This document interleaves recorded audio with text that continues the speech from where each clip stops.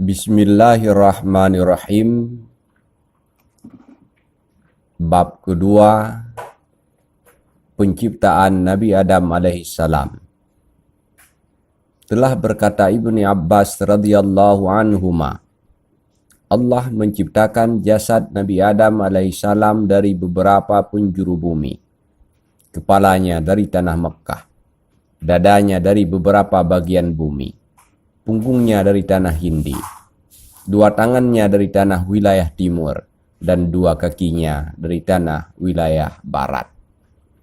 Dalam riwayat lain disebutkan, berkata Wahab bin Munabbah, Allah menciptakan Adam alaihissalam dari segala lapisan bumi yang 7. Kepalanya dari lapisan bumi yang pertama, lehernya dari lapisan bumi yang kedua, kepalanya dari lapisan bumi yang ketiga, dua tangannya dari lapisan bumi yang keempat, punggung dan perutnya dari lapisan bumi yang kelima, pinggang dan pahanya dari lapisan bumi yang keenam, dan betisnya dari lapisan bumi yang ketujuh.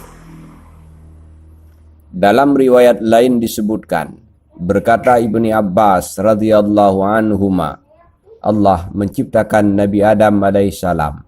Kepalanya diciptakan dari tanah Baitul Maqdis, wajahnya dari tanah surga, dua telinganya dari tanah Tursina, dahinya dari tanah Irak, giginya dari tanah Kausar, tangan kanan serta jari-jarinya dari tanah Ka'bah, tangan kiri dari tanah Persia, dua kaki dan betisnya dari tanah India, tulangnya dari tanah gunung, auratnya dari tanah Babilonia, punggungnya dari tanah Irak, perutnya dari tanah Khurasan, hatinya dari tanah Firdaus, lidahnya dari tanah Taif, dan matanya dari tanah kolam Nabi. Karena kepalanya berasal dari tanah Baitul Maqdis, jadilah ia tempat bagi akal, tempat kecerdasan, dan tempat berpikir. Karena dua telinganya berasal dari tanah Tursina, jadilah ia alat untuk mendengar nasihat. Karena dahinya dari tanah Irak, jadilah ia sebagai alat untuk bersujud kepada Allah. Karena wajahnya berasal dari tanah surga, jadilah ia tempat keelokan dan keindahan. Karena giginya berasal dari tanah Kausar, jadilah ia tempat manis dan indah. Karena tangan kanannya berasal dari tanah Ka'bah, jadilah ia tempat keberkahan, pertolongan, dan kemurahan dalam kehidupan. Karena tangan kanannya berasal dari tanah Persia, jadilah ia alat bersuci dan istinja. Karena perutnya berasal dari tanah Khurasan, jadilah ia tempat lapar. Karena auratnya berasal dari tanah Babilonia, jadilah ia tempat syahwat, khianah, dan dusta. Karena tulangnya berasal dari tanah gunung, jadilah ia alat untuk tegak dan kuat. Karena hatinya berasal dari tanah surga Firdaus, jadilah ia tempat iman. Karena lidahnya berasal dari tanah Taif, jadilah ia alat untuk bersyahadah, beribadah, dan berdoa kepada Allah subhanahu wa ta'ala. Allah menjadikan 9 rongga pada tubuh Adam alaihissalam. 7 diantaranya berada di kepala, yaitu 2 mata, 2 telinga, 2 hidung, dan mulut. Dan 2 rongga berada pada badannya, yaitu zubur dan kubul. Allah menjadikan baginya panca indera yang 5, yaitu indera melihat pada 2 mata, indera mendengar pada 2 telinga, indera merasa pada mulut, indera menyentuh pada tangan, dan indera mencium pada hidung. Ketika Allah berkehendak untuk meniupkan ruh ke dalam tubuh Nabi Adam alaihissalam, diperintahkan ruh untuk masuk ke dalamnya. Ia masuk melalui otak, lalu berputar di dalamnya sekitar 200 tahun.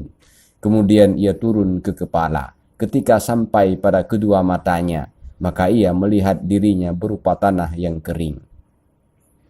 Ketika sampai ke telinga, ia mendengar tasbih para malaikat. Kemudian sampai ke hidungnya, dan Adam pun bersin. Ketika selesai dari bersinnya, ruh turun ke mulut, lidah, dan telinganya. Lalu Allah mengajarkannya untuk mengucapkan Alhamdulillah. Maka Allah membalasnya dengan Yarhamuka Rabbuka ya Adam. Kemudian ruh turun ke dalamnya. Kemudian ruh turun ke dadanya, dan ia langsung berdiri, tapi ia tidak bisa berdiri. Inilah maksud firman Allah, wa kanal insanu ajula, adalah manusia itu suka tergesa-gesa. Ketika ruh sampai ke perutnya, ia merasa lapar. Lalu tersebarlah ruh ke seluruh badan. Maka badannya menjadi daging, darah, urat, dan saraf-saraf. Kemudian Allah memakaikan pakaian surga kepada Adam seperti kuku yang semakin hari semakin bagus dan indah. Ketika Adam melakukan pelanggaran, pakaian itu digantikan dengan kulit dan tersisa kuku itu pada ujung-ujung jari supaya ia teringat akan keadaan awal penciptaannya. Ketika Allah telah menyempurnakan penciptaan Adam alaihissalam, telah ditiupkan ruhnya, telah dipakaikan pakaian surga, dan Nur Muhammad bercahaya di wajahnya laksana bulan purnama. Lalu Allah mengangkatnya ke atas ranjang dan dibawa di atas tengkuk para malaikat.